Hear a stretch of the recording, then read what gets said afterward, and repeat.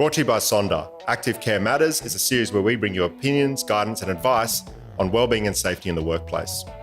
Active care is all about people being in control of their own wellbeing, their own safety and their own health outcomes, able to actively seek support on their terms, on their schedule and on their device. For organisations, it means proactively enabling and empowering people to get the care they need, where and how they need it, so they are more engaged and productive at work. Hello and welcome to Active Care Matters. I'm Craig Cowdrey, co-founder and CEO at Sonda. Today, we're lucky enough to be joined by Dr. Sharon Ponniah. Sharon is a true champion of change and is passionate about reducing inequity, increasing sustainability and impacting social agendas. Sharon currently leads PwC Consulting's mental health business, supporting public policy reform in digital mental health, workforce and workplaces.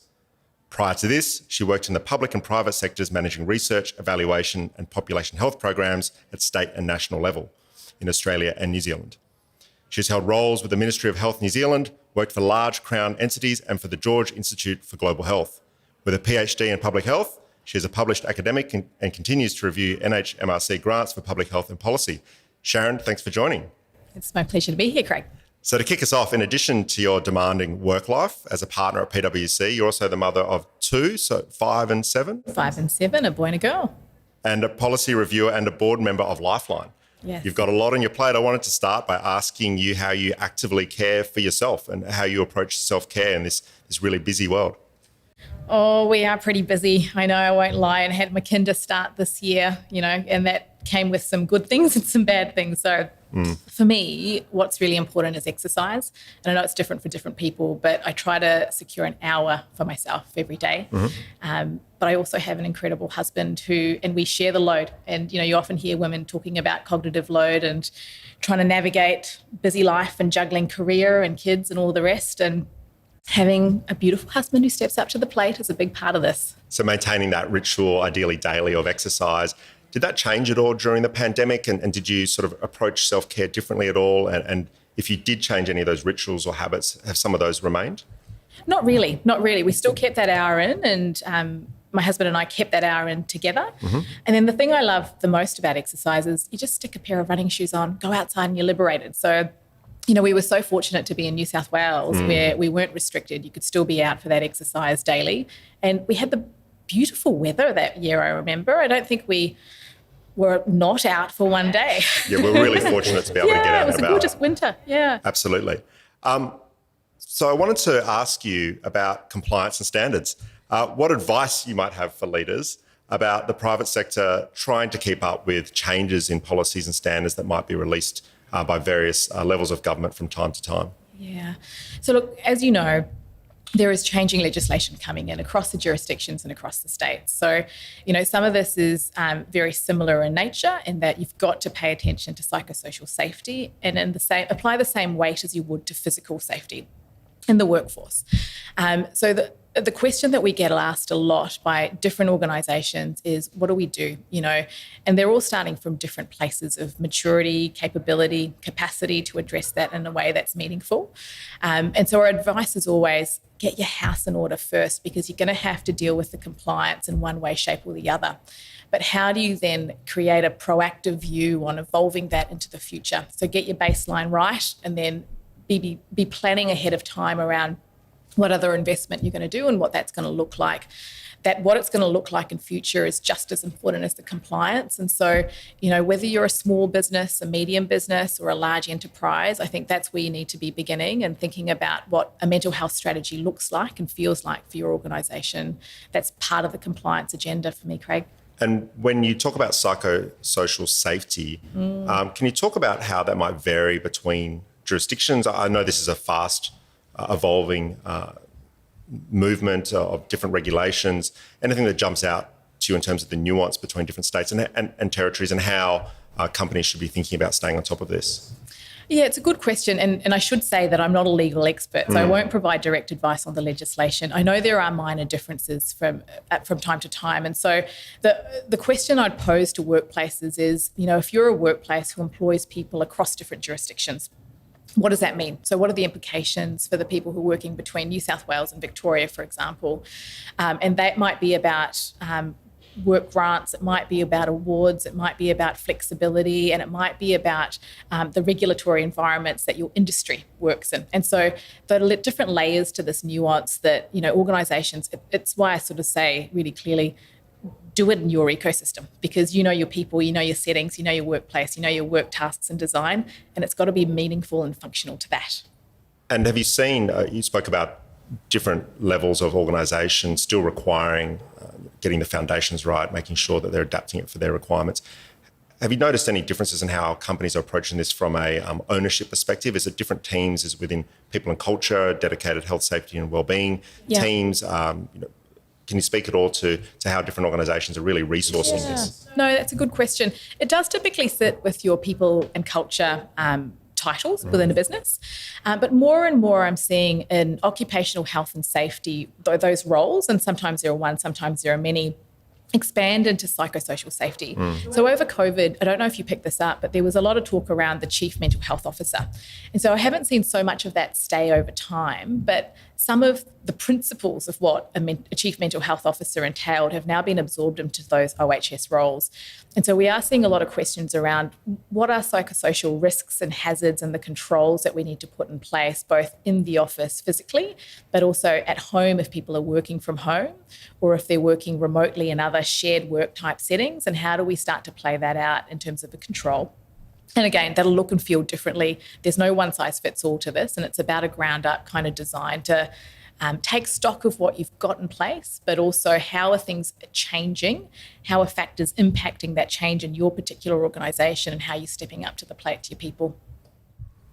And with this movement towards greater legislation and compliance requirements around psychosocial safety, as well as psychosocial hazards in the workplace, that compliance requirement is going to force a lot of change amongst organisations, and they're really working out what that looks like for them. But we also know that behaviours are changed within organisations by people wanting to do things that are innate to them and being of their own benefit, as opposed to doing it for a compliance reason. Yeah. Any examples or thoughts on how organisations can really embed these themes around psychosocial hazards, psychosocial safety into their workplace without it simply being a tick-the-box compliance exercise? Yeah, and actually I'd encourage all organisations to do this.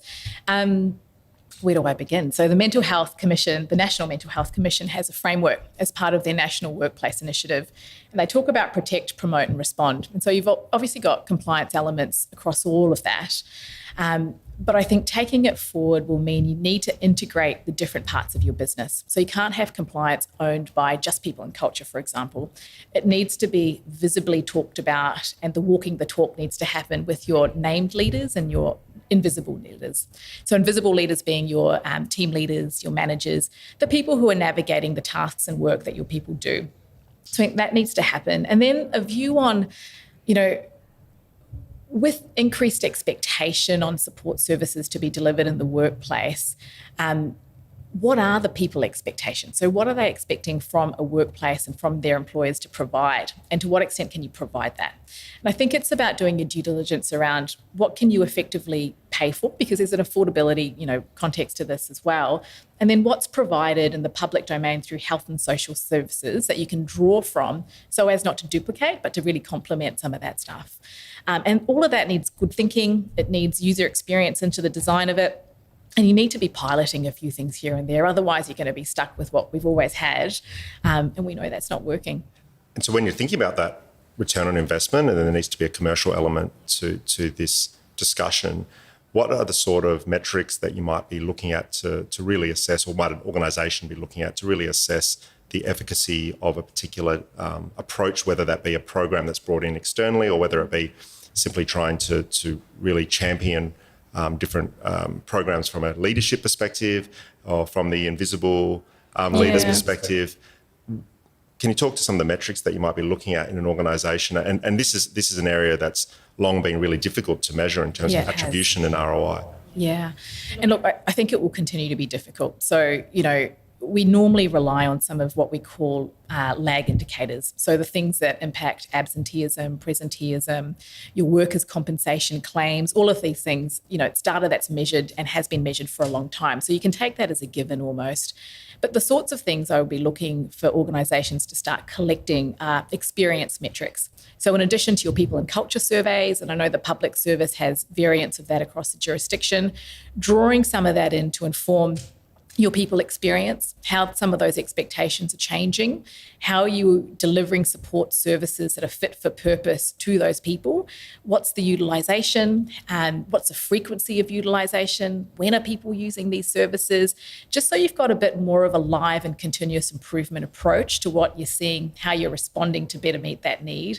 And I think and this is a long game, so over time, you're going to have to accept that it's going to take 3 to 4 years to see that play out in your workers' compensation claims, for example. But it's the only way then to get to ROI effectively in a way that, again, you'd never be able to attribute causation because you've got lots of churn and staff with people coming in and out of businesses. But if you do this right, I think you should be at a macro level able to kind of monitor this over time better. Thank you. And we've spoken about the government's approach to some of these issues with some new legislation that's being rolled out. It does vary with some nuance between different states and territories. How the private sector is approaching these issues from a culture perspective. The private and public coming together, what are your thoughts on how government and the private sector are working together to really set and monitor these different standards? And where do the responsibilities start and stop between those two elements? Yeah, such a big question. If I tackle the government side first, look, I do think there is strong leadership across all layers of government, Commonwealth and across jurisdictions. There is a principal commitment to supporting workplaces and employers to do this better. Now, some are taking a stick approach by putting inspectorates in place, for example, and others are taking a more let's help you to get there by providing tools and templates and curating evidence to put at your disposal for you to use. Victoria, I know, coming out of the Royal Commission, have ratified all of the recommendations. And one of those is about creating mentally healthy workplaces and providing endorsed frameworks, tools and templates as well.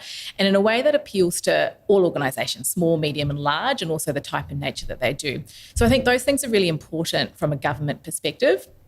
And that will need a whole of government approach. So when I say whole of government, I mean, industry, trade, your departments of premiers and cabinets, your health, social sector to come together, both to manage their employees and then also the services they provide and the products they develop to then manage the employees of those, broader ripple effect. And then you've got the private sector, which I think it has the luxury of having resources, so both funding and people resources, capability and capacity resources, to be able to really take this from an aspirational thought bubble to actually putting some plans in place. So we can see lots of leading practice starting to emerge through pilots. The Corporate Mental Health Alliance is a really great example of large employers coming together as a coalition of the willing to share. Many of them are competitors in market, but they're coming together to share learnings, tools, survey data. They're wanting to create benchmarks. So all of that, I think, is, though it's early in its stages, it will help to drive some of the momentum around this.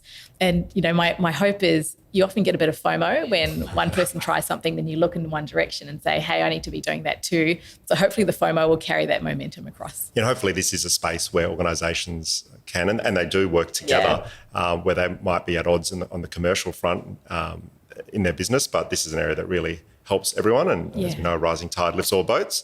Absolutely. Thank you. And I'd like to ask you now, as we start to wrap up, some rapid fire questions to draw out some points here. So what generation do you think is best at taking active control in their lives? Baby boomers, Generation X, Generation Y, so millennials, or Generation Z? I would say millennials. And the reason it's quite funny actually, being a person in the workforce who manages, I think there's 5 generations in our workforce now. So from my peers being from baby boomers right down to millennials, I actually think millennials who I work with are really proactive in nature. Like they're so curious. They're asking a lot of questions, but they do that with a really strong values base. And so there's no expectation of a rite of passage. And they're really pushing the boundaries on expectations and shifting the social change. You know, if they don't see equal distribution of gender on a panel, they question that, they pull that out.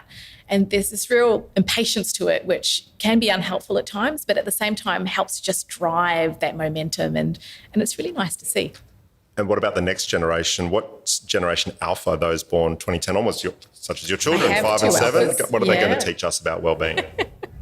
Hold us accountable, I hope. Yeah, I mean, something I've been really surprised with, and we're, really privileged to be sending our kids to private schools. I mentioned, one of mine started kindy this year, so they've got everything at their disposal. And it's really encouraging to see that really early learning in terms of wellness, sleep, nutrition. It's all embedded from day zero, even when they were going to preschool. And I can't remember that, with reflecting on myself growing up, you had to learn that as you went, as opposed to having it given to you as part of the curriculum, as an expectation that you will do. You're looking across and looking at other people's lunches and you're seeing things, So it's a lot of those skills that I see little kids having, and their ability to communicate. Show and tell happens from, again, day zero. And so they're really articulate and they can communicate really well and know what they're feeling and ask and respond. And so, I hope that makes a difference down the line. And speaking of the next generation, the technology that they are using from the start of their journey through life is so different to what we grew up with in days gone by. What technology do you think is going to be most helpful or, on the other side, detrimental to wellbeing in the future? Look, technology is always going to assist, but I hope it doesn't. I hope people don't look at it as solving things. And, I always see it as being a trade-off. With the good comes the bad, and you've got to anticipate unintended consequences with technology. In this space, I just think where technology can play a huge role is a connection role. It's having the glue to help people to navigate, getting the right services at the right time, at the right place. And how can tech help with that navigation, pull in a warm human hand to hold when that's needed, to be able to just give someone information when that's needed, and to help people to choose effectively and know that you can trust that choice, that it's helpful, not harmful. All of that layering needs to go into it. And that's where I think tech can really help. Brilliant. Final question. Yeah. If we were to give you a billboard that would be seen by everyone in the country and even around the world, and you got to put one message on there about wellbeing, what would it be? Make eye contact, smile, and say good morning. Brilliant. And on that note, thank you, Sharon, again for your time. It's been my pleasure. And we look forward to hearing from our future guests on our next episode of Active Care Matters. Thank you. Thanks, Craig. So on this particular day, we had a gentleman reach out who had been struggling with the anniversary of his brother's death. We'll call him Lee. Of course, that's not his real name. But his brother's death had really affected him. And it's something that Lee struggled to come to terms with. And he'd also been receiving counselling prior and post his brother dying. So just to sort of complicate matters a little further, his nephew had called him on the same day, obviously. It was the anniversary. And he was also struggling. So Lee, whilst he was concerned about his own mental health, he was particularly worried for his nephew. His nephew was only young. He was in his late 20s and he'd been an only child, so he was really, really struggling with his dad's death. So Lee used the app, the Sonder app, and came through to us. He was triaged, put through to a nurse, and the nurse was able to sort of help him, actively listening to him. She encouraged him to recall the coping strategies that he'd learned from his previous psychologist. So that's something that we do encourage people to do if they have their own strategies. It's always very good. We don't want to replicate any work that anybody else has done. So it's good to revisit sort of those strategies. One of the strategies that he was offered previously was journaling, which he felt very comfortable with, and he found it very cathartic as well. So the process of sort of identifying 3 things in the morning he was grateful for, real simple stuff. It's not complicated, just simple stuff. And reminding Lee the benefits of journaling and how much it had helped him previously. The nurse, she also reflected on the fact that Lee had built a level of resilience, even though he didn't think he had. He'd built quite a good level of resilience around himself due to his own self-care practice.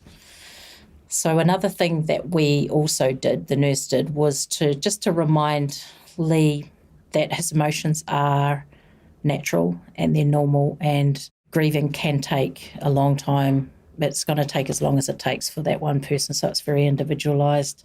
We also offered Lee, just to remind him that his nephew, because he's part of a family, he can also come through to Sonda and use Sonda Direct for support. And a little bit of some good news here for Lee. He did contact us a couple of weeks later and said in his feedback, "I feel confident about using Sonda and reaching out. You've helped me to know that someone is there and I'm not here alone, especially in tough times. Thank you." Don't forget to join us next time on Active Care Matters.